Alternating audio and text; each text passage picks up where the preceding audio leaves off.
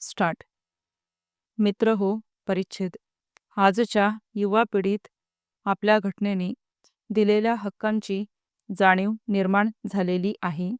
अन्न, वस्त्र, निवारा, शिक्षण, कामधंदा इत्यादी जीवनावश्यक गोष्टी सरकारने पुरविल्या पाहिजेत. त्या न मिळाल्यास वेळप्रसंगी सरकारशी भांडून त्या मिळविल्या पाहिजेत. ही हक्काची जाणीव तरुण पिढीत निर्माण झालेली आहे.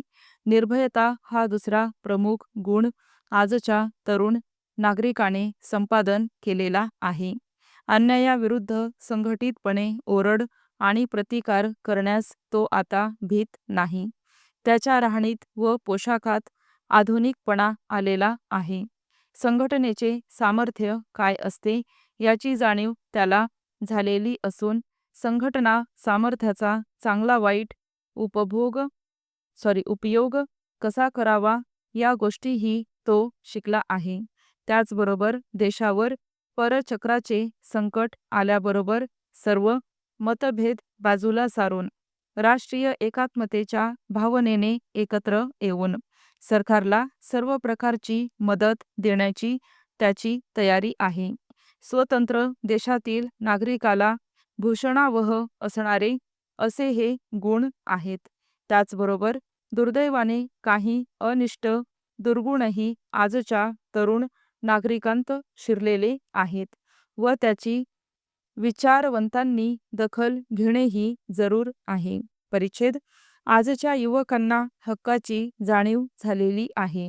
ती योग्य आहे, परंतु हक्काबरोबर त्यांच्यामध्ये कर्तव्याची जाणीव यावयास पाहिजे. घटनेने हक्कांची नोंद केली आहे, पण कर्तव्यांचा उल्लेख केलेला नाही. याचा परिणाम असा झाला आहे की समाजात काही अनिष्ट प्रवृत्ती वाढत आहेत. वाढत्या महागाईप्रमाणे वाढते वेतन मागण्याच्या हक्काची जाणीव आहे, पण हे वेतन मिळविण्याकरिता आपण भरपूर काम केले पाहिजे याची जाणीव मात्र त्यांना झालेली दिसत नाही. वेतन व मानधन मिळविण्याकरिता अधिकार पाहिजेत, परंतु अधिकार प्राप्त झाल्यानंतर निस्वार्थी वृत्तीने समाजाची सेवा करण्याची तयारी नाही. घटनेप्रमाणे आपण आता लोकशाही पद्धत स्वीकारली आहे, पण या पद्धतीचे शिक्षण आपण त्यांना दिलेले नाही. त्यामुळे लोकशाही संकेत झुगारून बेकायदेशीर साधनांचा अवलंब करावयाला हा नवयुवक कचरत नाही.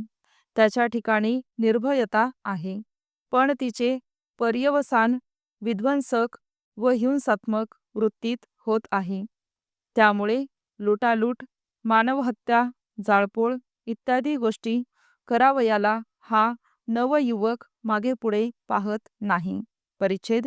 गेल्या 40 वर्षांत आपल्या शिक्षण पद्धतीतून तयार झालेल्या नव्या व वेगळ्या तरुणाचे चित्र हे अशा तऱ्हेचे आहे. स्टॉप.